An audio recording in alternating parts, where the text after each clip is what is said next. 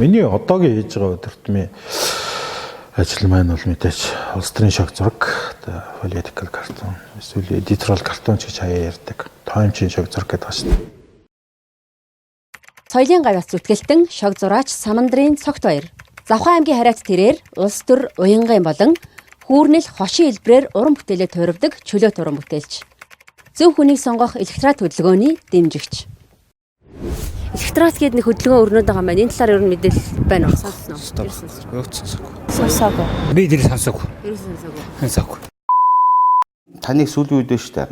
Электорат гэдэг хөдөлгөөнд таныг ингээ орцсон явж байна. Энэ юу нэг яг ямар учиртай хөдөлгөөн бэ? Та яагаад энэ хөдөлгөөнд орох болсон юм? За яг нэгдүгээр энэ хөдөлгөөнийг бол одоо бас олонний танил нэг 10 хүн анх санаачилж байгуулсан. Ер нь сэхэтнүүдийн төлөөлөл.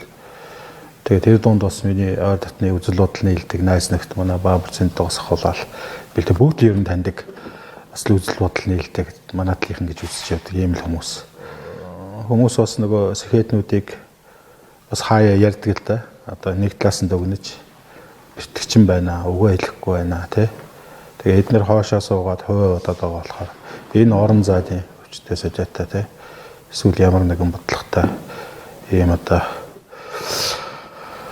зүйл нь оршичаад байна. Тийм учраас сэхэтнүүд итгэвтэй байгаа ч гэж ярьдаг. Тэгээд үгүй юм аа бас Монголын сэхэтнүүд одоо хүртэл оршсоор байгаа. Тэгээд нийгмийн хатлаа бас хариуцлага ухамсарлаад өөрсдийн гэсэн одоо тэр үүргээ гүйцэтгээд явж байгаа гэдгийг үзүүлэх нэг үзүүлэлт гэж бодоод байгаа шүү дээ. Хамгийн хариуцлагатай байх тэр сонголтын дээр алдчихад тэгээд 4 жил толгоогоо шаагаад 4 жил одоо энэ сошиалаараа хэрэлдээд ингээд байх юм ингээд өжиграад байна л да. Энд чинь нэг ийм цикл чөтгөрийн тойрог гэдэг шиг юм даа шүү. Тэгэхээр бид нэр сонголтын дээр анхаарад тэр бидний улс төрийн амьдралд нөлөөлж байгаа энэ шийдвэр гүйцэтгэх одоо төвшөнд очиж байгаа энэ хүмүүсийнхээ бүрэлдэхүүнийг л зөв сонгочвол зөв хүнийг одоо сонгоход байна шүү дээ.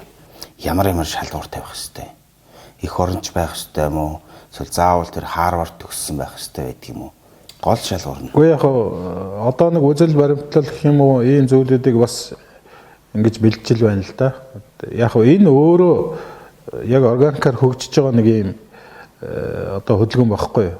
Тэгэхээр мэдээж энэ хөдөлгөөнд оролцож байгаа хүмүүсийн дундч тэр одоо бидний үйл ажиллагаанч тэр тогтноогүй одоо юу гэдгийг бас үзэл бодлын зөрүү энэ тэр одоо хүртэл бий л дээ. Яг гэвэл энэ өөрөө шинэ юм байхгүй. Урд нь ийм зүйл байгаагүй. Би өөрөө хүртэл тэгж одоо анхны чуулганаас ахуулаад ихтгэл үнэмшилт өрсөн л та одоо тэр нэг богино бүрэлдэхүүнээс зөвлөхөд нэг 70-80 хүн байх шиг байна. Тэгээ бүгд одоо миний хүндэлдэг одоо хайрладаг шүтэж биширж явдаг ийм хүмүүс ахмадуулаас ахуулаад нэртэй дипломатчд одоо төр засгийн өндөр албан шижсэн хүмүүс содомгоогоос өсвөлээл тийм ээ. Алдартай дипломатууд мундаг улс төрчид бас өөрсдийн салбартаа бас хийх зүйлээ хийцэн бас муугасаа илүү сайнаар их дурсагдаг ийм хүмүүсийн цугларалт болохоор над хүртэл ийм сүртэй баг хамт байгаа маань хүртэл нэр төрийн хэрэг гэж бодохоор тэгэхээр над хүртэл ингээд ихтгэл үнэмшил төрөөд энэ ихтгэл үнэмшил олон хүн төрөөсэй.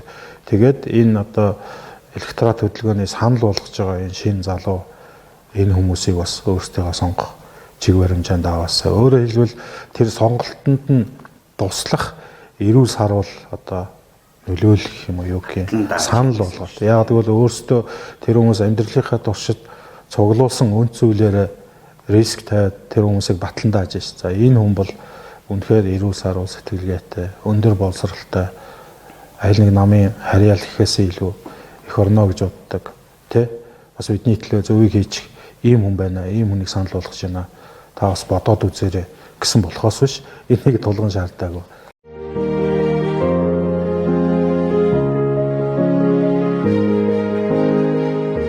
Зөв хүнээ дэмжих электорат хөдөлгөөн. Та хэд маань ингээ сайхан тэмцээд байхыг мэдээж ард түмэн бол дэмжилгүй яахвд гэхдээ та нарын эсрэг 2 том нам байж гин хэдэн сая доллартай хэдэн тэрбумтай улсууд PR хийдэг ард түмний тархийг угаадаг ямар сандаа нэг ийм үг гарсан байлээ шүү дээ. Алтан загасны тархитай ард түмнийг бол хуурахад амархан гэж. Тэгэхээр та нарын хувьд тэр хүчтэй одоо том 2 намтай яаж одоо ямар тактикаар одоо үүсэх вэ? Мэдээж тэр дотор сайн хүн чи муу хүн ч байгаа шүү дээ. Би бол намын өрсөлдөө гэж үзэхгүй шүү дээ. Энэ бол өөрөө нам биш ээ. Улс төрийн хүчин биш. Энэ зүгээр одоо иргэдийн сайн дураар байгуулсан одоо хөдөлгөөн гэх юм уу та. Нам үзэл суртал биш. Тэгэхээр намаас бол хол нам бол өрсөлдөгч биш шүү дээ. Зүгээр хүмүүсийн зөв сонголтонд нь эрүүл саруулаар нөлөөлөё л гэсэн юм л санаа. Энэ өөрөө ямар нэг улс төрийн байгууллага биш. Сонгуулийн дараа бол аль биесээр хилээд өөрсдөө тарж ийм л гэсэн бэгт гэж ойлгоод байгаа шүү дээ. Тийм болохоор намтай бол холбохоор дэмий. Одоо хэрвээ намтай одоо тэмцэх юм уу өөрийн чинь хэлдгээр тийм байсан бол одоо нам байгуулах байсан билүү дээ. Тэ. Тэгэхээр энэ бол одоо сэхэтнүүд нэг ямар нэгэн ихэнх нь л одоо намын хараалгүй юм хүмүүс. Мэдээж одоо аль нэгэн намд байсан ийм хүмүүс бий л дээ. Тэгээ ихэнх нь бол одоо намын хараалгүй чөлөөт үзэл бодолтой ийм хүмүүсийн нэгдэл. Хинэн химбэ энэ усан ус төрчдөөс хинэн яг жинхэн их оронч хүн бэ яг талан зургуулаа юу талан толуулаа юу тэд толуулаа юу би толуулаа юу. Одоо 20 оны сонгуулийг та яг яаж харж байна? Одоогийн энэ байгаа улс төрчид бол одоо эрх сонгуульд бас сонгогдоход үнэхээр хүнд байна. Хүнд гэж би бодож байна. Би одоо миний хувьд ч гэсэн энэ дунд миний найз нөхд маш олон хүмүүс байл те. Одоо жишээл одоо ЖДО гэл те. ЖДО дунд үйлдвэрлэлийг дэмжих энэ одоо зээл тусламж энэ юмыг өөрсдийн даваа байдлаа ашиглаж ч юм уу те. Буруугаар ашигласан. Зөндөл олон хасах үзүүлэлттэй заалтууд байна л та. Тийм болохоор тэр утгаараа эднэр их чанга унах байхаа. Тэгээ эдний орон зайд мэдээж чадварлаг. За магадгүй одоо өндөр боловсралтай ёс зүйтэй. Тэр утгаараа аль нэг намайг дагаагүй. Тийм болохоор улс төрийн дэмжлэг байхгүй. Хүмүүс танигдаагүй. Яагаад гэвэл тэд нар попраагүй. Яг мэрэгжлийнхээ ажлаа онц сайн гүйцэтгээд эсвэл одоо ном эрдмийн ажлаа хийгээд яваад байсан ийм олон хуульч, эдийн засагч одоо улс нийгмийн төлөө зүтгэхэд бэлэн ийм Монгол залуучууд зөндөө байна л да. Тэгээ энэ хүмүүсийг гаргаж ирье. Олё. Тэгээд энэ хүмүүсээ олсныхаа дараа тэн дундаасаа шигшээд нөгөө хүмүүстэйгээ одоо саналуудлаа солилцоод бид нэр электоратын нэрийн өмнөөс бие дан нэр дэвшүүлье гэсэн ийм бодол. Тэгэхээр одоо нэлээд олон нэрс одоо маш олон захиа явуулсан одоо нийгмийн нэртэй хүмүүс ч байт юм уу олон нийтийн байгууллага хүмүүст тэгээд их олон нэрс ирсэн. За энэ нэрс дунд бол мэдээж одоогийн нөгөө pop гэж байгаа улс төрчд бол бас л дээгүүр явж илээ. Тэгэхээр манай нийгмийн өгөгдөл ч бас л тийм байгаа юм чаа. Нэг гол тавьж байгаа шалгуур бол одоо улс төрийн өндөр албан тушаалд одоогоор ажиллаж байгаа урд нь бас ажиллаж исэн мөн одоо том бизнестэй ийм хүмүүс үл ихний ээлжинд хасагдж байгаа. Тийм болохоор ингээд шүүгдээд одоо бол нэг ингээд за бүр сүүлдээ бүгдийг хилцэхээр нэг жоохон хүндрэлтэй юм шиг болохоор одоо мэрэгжлэр нь одоо хуулийн чиглэлийн, эдийн засгийн чиглэлийн, соёл урлаг, нийгмийн одоо энэ харилцаа одоо юу гэдгийг соён гэрэл талд ажиллаж байгаа ийм хүмүүсийг ингээл хэсэг үлгээр хүртэл бид ингээл нэрсийн төвшүүлэл сонгоол шигшээл байна л да. Тэгээ шигшээд энэ дундаас одоо тэр орон зайд одоо дор хаяж нэг одоо юу гэдгийг миний бодлоор бол 20-30 ч юм уу ийм шилдэг залуус гараад ирвэл бас энэ их хурлын ч юм уу өнгө яс нэр үнд гаргаж байгаа шийдвэр энэ зүйлд нь нөлөөлөх бас нэг юм хүчин болж чадах байхаа л гэж байна. Одоо улс төрийн ашиг хонжоо олох гээд ард иргэдийн дунд их сайхан амлдаг, попордог. За бас хоорондоо ингэж үжиг тоглодог штэ. Очиргүй бие биенээ актер сайхан шүүмжлээл. Дараа нь ард түмэн марчдаг гэж юм уу. Яг энэ тал дээр жишээлбэл за энэ улс төрчийг битгий сонгоорой гэдэг ч юм уу. За энэ нөхөр бол одоо ийм юм хийсэн. Маш муу хүн, одоо буруу хүн гэдэг ч юм уу. Тэр тал дээр одоо ажиллах уу таад. За зүгээр яг эхэндээ нэг бидний тохирсон нэг зарчмын хэдэн одоо юу гэдэг юм зүйлүүд байгаа. Аль нэгэн нам хүчний эсрэг одоо ажиллахгүй. Одоо жишээлбэл одоо ямар нэгэн сайн зүйлийг хийхин тулд аль нэгнийгээ харлуулахгүй. Тэр нь бол хүмүүсийн сонголт ирэх учраас чөлөөтэй орхино. Бид нэр харин өөрсдийнхөө зөв сонголт гэсэн тэр зүйлүүд дээр л илүү сайн ажиллая л гэсэн. Зөвхөн дээр ажиллая. Жишээлбэл тэгэхээр эн чинь бараг л нэг улс төр ч юм уу, хар PR ч юм уу бас болчих гээд байгаа байхгүй. Эн чинь бас энэ ёс зүйхөө тэр хэм хэмжээг бид барьж авч чадхаа байж шээ. Одоо энэ бол өөрч, энэ бол хулгайч юм аа гэд тэр тэдрүүг хэвлэл мэдээлэл энийг хангалттай бүр хаяа хэтрүүлээд хэрэглээд байгаа болохоор бидний этик бол арай өөр төвшөнд байх хаа гэж бодоод энэ дээр бол бид нэр бас нэлээд маргалж байгаа тэр нь. Та тэр үед ер нь намын гишүүн болсон уу? Үгүй оромтэлчунд би ер нь дэмий зүйл гэж бодоод одоо хүртэл намын гишүүн биш. Гэхдээ над бол одоо баримталдаг үнд зүйл гэж мэдээ байлгүй яах вэ? Батс нам одоо ном гэж аль цуцын би мэдэхгүй. Юу ч хийсэн байхгүй л байсан. Нэг бодлын өрдөөс хөгжихгүй нөгөө бодлын хөгж явж байгаа юм шиг гүйч юм шиг. Мэдгүй дүүд яа бүхэн л яг адилхан хэвэндээ тогтнол яваад идэв ш. Тэгэл нөгөө нэг химэлээ уусын урлага муулаад тэргээл сайлал муулаад тийм өөр нэг юм сонсогдож өөрчлөгдсөн шинжилсэн байдаг ш. Сая өнгөрсөн 7 хоногт нэг нийслэлийн нийтлэг үйлчилгээний газрын нэг дарга авгаа. 1 тэрбум 500 хэдэн сая төгрөг идсэн. Шалгаж гинэ гэж хэлдэг. За тэрний өмнө бас ингээл маш олон хүмүүс идж ууж штэ. Тэгэхээр ард иргэд бол дүжирчээд байгаа байхгүй юу? За идж уудаг юм аа. Хамгийн гол нь тэр идж уусан нөхдүүд маань жоохон байж ирсэн аа. Гэмт хэргийн бүрэлд хөнгөн байна. За ийм байна. Ингээд замхарчдаг. За магадгүй бидний хувьд бол ямар хар байна гэхээр за энийг тэрбум 500 саяасаа тэрбумын нөгөөд ялгуу завчдаг ч юм уу. Гэтэл нийгэмд бол нэг иймэрхүү зүйл бол маш их газар аваад байгаа. Одоо жишээлбэл тодорхойгүй байна. Тэ электораттай холбогдуулж энийг ярих юм бол бас л шууд холбоотой шин. Энэ хүмүүсийг л өөр хүмүүсээр сонгоё гэсэн зүйл байна. Түүнээс биш тэр одоо нийтлэг үйлчлэгээний алба гэдэг нь бол байж ах хэвээр субъект байхгүй юу. Тэгээд тэр тогтолцоо бол байж ах хэвээр, нийслэлийн төлөө ажиллаж явах хүн байх хэвээр, газрын албан дарга байх хэвээр, хотын дарга гэж хүн байх хэвээр. Тэгэхээр тэр албан тушаалын нэрэндээ биш тэнд очиж сууж байгаа хүмүүс тэр хүмүүсийг сонгож байгаа сонголтынх нь тэр технологич байт юм уу? Тэр хүмүүсийг пиардаж гаргаж ирж байгаа тэр нэг хандлага тий. Бүр дайжаа хэвлэл мэдээлэх нь тэрэнд аюу хөөрхтэй. Тэгээд тэр нам дагсан тэр хүмүүсийг гаргахгүй байх. Сонгогч өөрөө одоо нийгмийн амьдралтай идэвхтэй хүмүүсээ таних тэр танилтанд нь одоо таних тэр үйл явцад нь одоо юу гэдгийг эргээр нөлөөлөл энэ төр нь хэрэгтэй байгаа байхгүй. Бас тийм байгаа. Тэнд одоо нэг ингээд нэг одоо юу гэдгийг жоохон юм авчмаар байсан ч гэсэн нэг нүүр нь улаадаг, бүкс нь улаадаг хүн очиос уучвал арай л дээр үстэй. Би бол нүүр бүкс улаахаас илүүгээр тэр хүнийг тэгэхээр энэ одоогийн байгаа сонгуул, одоогийн байгаа энэ нам дагсан гэдэг юм одоо юу гэдгийг энэ ёс зүй, энэ одоо нэг моралын алдагдал энэ юм чинь л уг нь суурна байгаа байхгүй. Одоо манай Нэмсомбо гавжинтар бол их сайхан ярьдаг юм л да. Бүх юм нь одоо тогтолцоо ч юм уу, энэ бүх одоо эсвэл энэ их мөнгө ч юм уу энэ зүйл дээр биш. Зүгээр л тэр бүх зүйлийг бүрдүүлж байгаа хувь хүмүүсийн ёс зүй, моралаас нь болоод байна. Бидний үн цэвэр алдагдсан байна.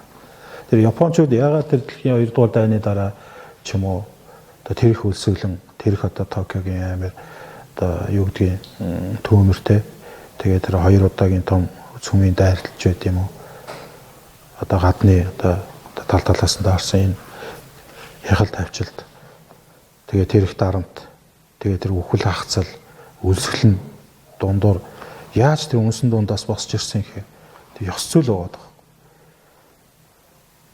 Айхтар юу одоо өөр юм ярих байхгүй шүү дээ. Өмнө зүйл нь байсан. Би хулгай яснаас хүсэн дээр гэж боддог байсан тэр ёс зүйн л аваад гарсан байна. Түүнээс бидрээс илүү зовлон туулсан одоо хүртэл зовж байгаа байгалийн гам шиг одоо иргэний дан одоо сэрмэрийг харалт. Бид нар бол хажууд нь бүр амар цамаа гэж бодож байгаа. Хэрэлж байгаа юм зүгээр л ийм илүүдл хагсан юмнасаа болоо те.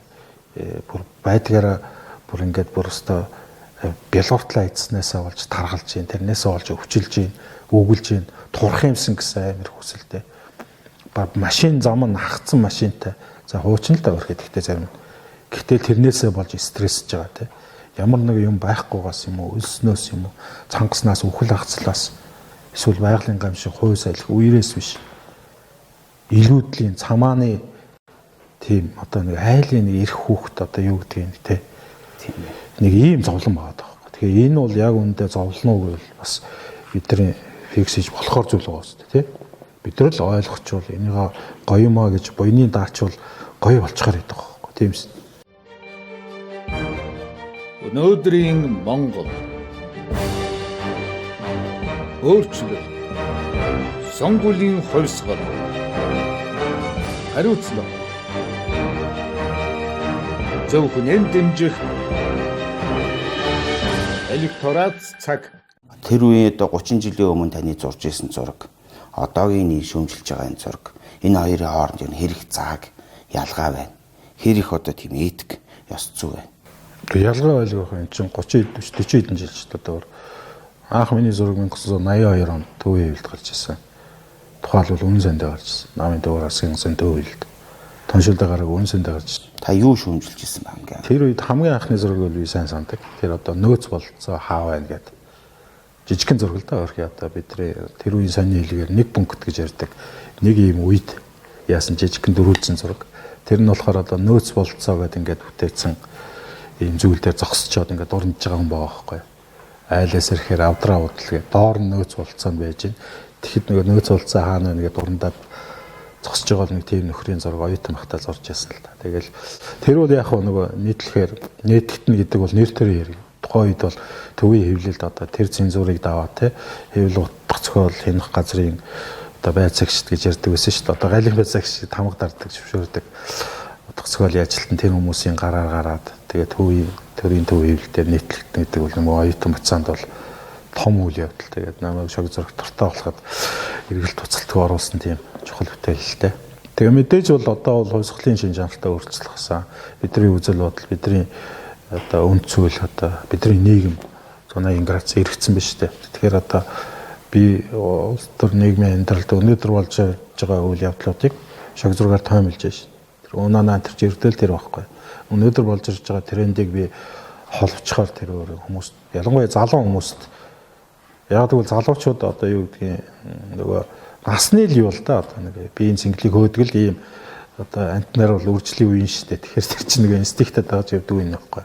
А бидний үе чинь тэр нь өөрхийн намдаад ирэхээр одоо бид нар чинь нэг ийм жоохон гэрэл рүүгээ, амьдрал руугаа, нийгэм рүүгээ ханддаг болчтой юм байна л да. Өөрөө биеэрээ туулж байгаа болохоор тэрийг мэдэрч байна. Тийм болохоор илүү тэр залуучуудыг тэр идэвхтэй, нийгмийн идэвхтэй амьдрал тэр улс төрийн тэр нарийн ширийн зөвлөлөө бас хаяа бодож байгаасаа тий хөгжим спорт янз бүрийн байлгүй л яг алкогол одоо юу гэдгийг бүсгүүчүүдийн тухай бодлого л яг. Гэхдээ л хажуугаар нэг чиний амьдралыг шийдэж байгаа тэр зүйлийг 4 жилд нэг удаа болдог энэ улс төрийн сонгуул гэдэг юм дээр бас нэг нэлээд тулахтай хандаад тэр сонголтын дээр анхаарад тэхгүй бараг сонгуульдаа очихгүй мөртлөө 4 жил болохоор л хүссүүгээр хараагаал те нөгөө 76 мянган үгээл эсвэл одоо энэ нэгэн улс төрчиг ягаад гэвэл тэр хүн бурууг нь хүлээлцэх хэрэгтэй. Ягаад гэвэл тэр хүн сонгосон, хамт сонголцсон.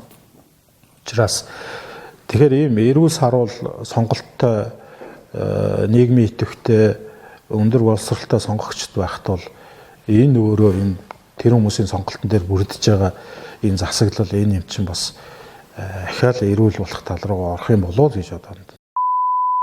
Одоо өнгөрсөн 30 жилийн хугацааны улс төрчдийн одоо үнэн нүүр төрхий зургийг бол та ямар зураг зорих вэ? Яг одоо нэг юм яг шог зургийн хэллэгээр их юм бол нэг юм олон баг магтаа тий инээдсэн, уралдсан, хүн хуурсан, барьсан.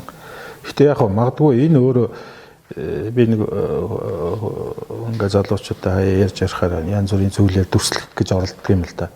Тэгэхээр энэ өөрөө одоо та нар дунд сургуульд нэг хэм хичээл дээр бас нэг хаяа ингээл янз бүрийн бодис мэдсийг хойлол буцалгаал ингээл үздэг ч гэдэг. Хичээл дуусахад яг ямар бодис гарсан тухай бол багштай ч юм уу багш нь эсвэл та нарт хэлнэ. Та нар эсвэл багштай ийм бодис гарлаа гэдгийг хэлнэ дүн аав тий. Тэрэн шиг магадгүй одоо энэ 45 минут л байсан л да одоо хэд минут байгаа хичээлийн цаг өмнөд. Энэ 45 минутын бараг нэг талаас жоох өнгөрөөл явчих шиг. Энэ өөрөө химийн урвал энэ процесс үргэлжилж байна. Тийм болохоор бид нар бүгдээрээ суралцж байна, бүгдээрээ буцалж байна. Хог шаар нь хөвж байна, үнд зүйл нь тунж байна. Тэгэхээр биднээр тийм физик цаг хугацаа хэрэгтэй байна шүү дээ. Би бол тэгж л бодоод байгаа байхгүй. Нэг ийм хитэн барилга ч юм уу юм тэр хараал хүмүүс 30 жилийн хооронд Дубай тийм их юм барьчихжээ. Тэр мөнгө нь байсан болохоор бид нар мөнгөний бол ингээл дороо ингээл энэ замын цагтаа дүүрэн барилга барьсан байгаа шүү дээ. Жохон эв муутай дизайн мизангу төлөвлөлтгөл болохоос биш доор нь л усгацсан байгаа шүү дээ. Түүнээс эн чинь одоо Улаанбаатар хот гэдэг одоо манай цацаа энтер бол галзуу мэднэ л дээ. Одоо өргөөгөөс ахуулаад одоо 11 он тусгаал тогтносон. За тэгэл 30-40 он ингээд жоохон сууршаал барайл ингээл за тэгэл 50 оноос ингээл энэ барилгажилт эхлээл одоо хамгийн гол барилгуудын одоо Япон зэргийн олзлогстой барьсан байдаг шүү дээ. Дараа нь хятадууд нэгтэй нэгөөр ихтлгөөр тэгэл энэ төчлөд 1000-аас өгсөөлөл Оросууд тэгээ дараа нь энэ 3-4-р хороол энэ бүх зүйлийг чи Оросууд ингээнтэй бариад. Ердөөдөө бол монголчууд өөрсдөө ингээд ихээхэн хэмжээний бүтээн байгуулалт хийж байгаа нь 90-ад оноос хойш бараг 2000 он хүрч иж айгүй хурдан байгаа байхгүй. Хэрвээ биднэрт мөнгө нь байвал, боломж нь байвал, хүний нөөц нь байна. Одоо технологи эзэмшчихлээ. Эн чинь бол асуудал байхгүй. Тэгэхээр биднэрт хэлээд байгаа ердөө цаг хугацаа л хэрэгтэй байна. Магадгүй тэр би одоо тэр Баабрын хэлсэн бол үнэхээр хатууч гэсэн үнэ үг л дээ. Энэ одоо урд нийгмийн одоо даатгал заншил, энэ ихтгэл үнэмшил, энэ зүйлийг тээж явж байгаа бүх бүтэн үе өнгөрсний дараа та нарын үе, та нар өөнөр болоод та нар чи юм дунд үе шүү дээ. Тэгээд та нарын хүүхдүүд бол жинхэнэ шинэ үеийн монголчууд байхгүй. Тэд нэр 90 цент хүрээд ингээд нэг юм нийгмийн амьдралд идэвхтэй болсон үед бол өсөн өсөөгүй энэ одоо Монголын хөгжлийн бүх зүйл чи өөр болно шүү дээ. Одоогийн энэ хөгжил, одоогийн бидний хүрсэн өндөрлөг бол бүр гайхамшиг санагддаг шүү дээ. Бүр арайч бас бид нар дэндүү хурдан яваад байгаа юм шиг байгаа да. Тэгээ нөгөө бушууд болоо боронтой баста гэдэг шиг. Үнэхээр үлгэрийн юм шиг. Миний одоо яг л одоо багтаа үздэг байсан тэр зөвхөн кино минь дээр яг тэр үед л амьдраад байна шүү дээ. Энэ гар утас, харилцаа холбоо, энэ тээр бидний гадагшаа дотгошоо явж байгаа түүний ярьцлагын ихэнд дурдлаа. Рок-н-роллын музей би өөрөө дураараа очиад үзчихдэг болцсон. Ирэх чөлөө тэрийг үзэх мөнгөтэй болцсон энэ тэр тэгээ хотын гудамжаар энэ бухимдуулаад байгаа энэ хэдэн 100000 машин энэ ч үлгэр зүйдний юм байсан шүү дээ. Тэгээд энэ олд юм дээр бас бид нар бас хаяа гэрэлтэй гээтэй юм харж явах хэрэгтэй, өөдрөг байх хэрэгтэй. Өөдрөг байна, итгэлтэй байна гэдэг бол одоо маргаашаа амьдралын том зорилт шүү дээ. Бүх юмыг харлуулах гэдэг байвал тэгэл энэ бол шалтгаан бол хаач мандахгүй төгс төгөлдөр нийгэм байхгүй чи.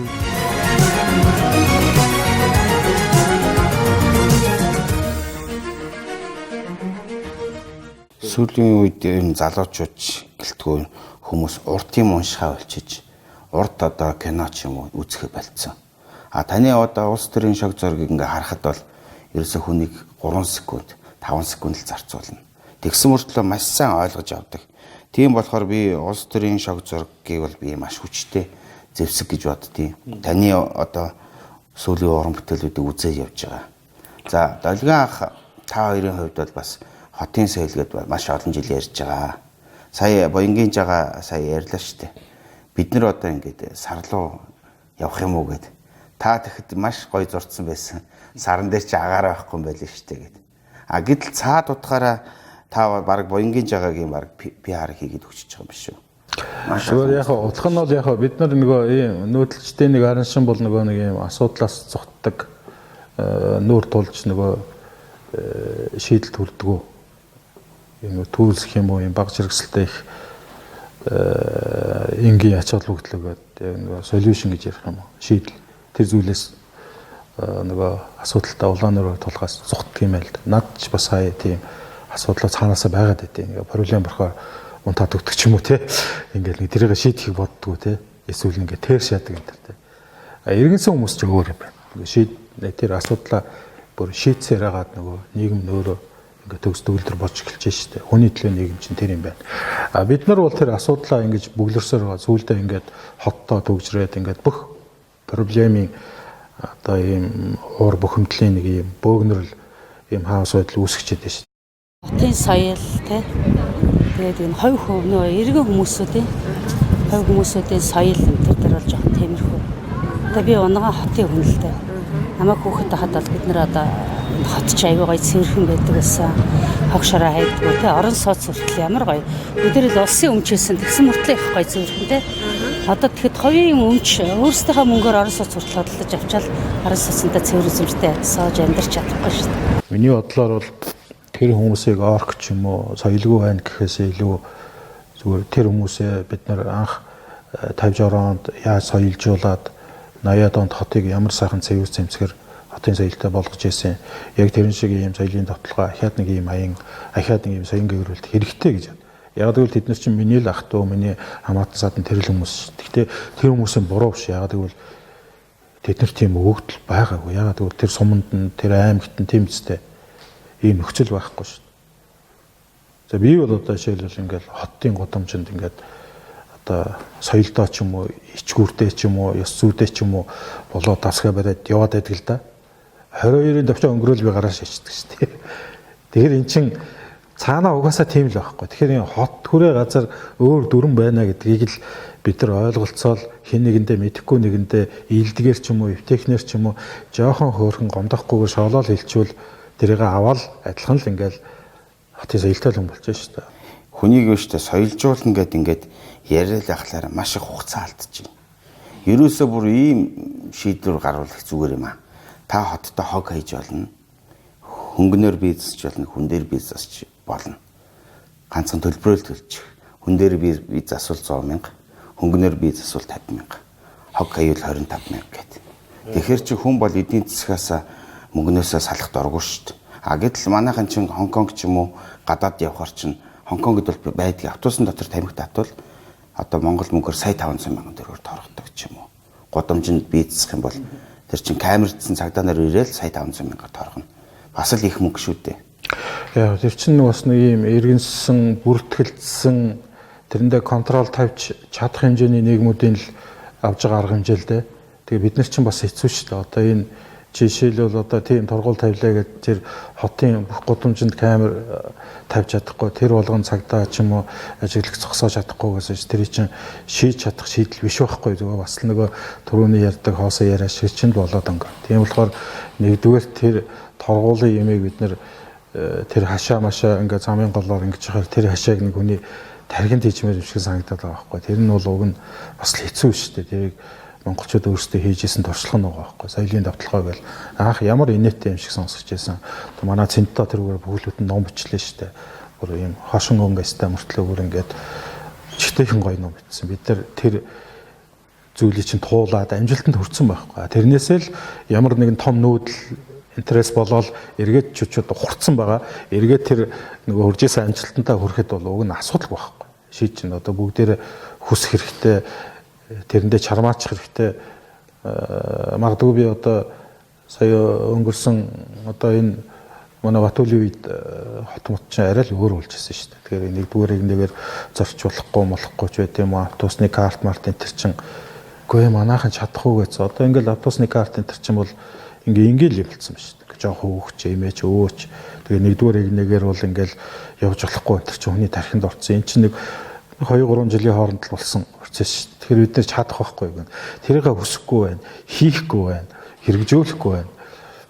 Тэр эрмэлзэл байхгүй болохоос биш бид нар чинь тийм нэг баларцсан арт юм биш шүү дээ. Дэлхийн том гүрэн байгуулж ирсэн улс нэг энэ зэргийн ямиг нэг чадлагүй байх тоо. Цаатлын нөгөө одоо нөгөө Вагнерийн яриад байгаа тэр Тэнгис Заяамаян бол уг нь байж байгаа шүү дээ. Уг нь бол тийм шүү дээ.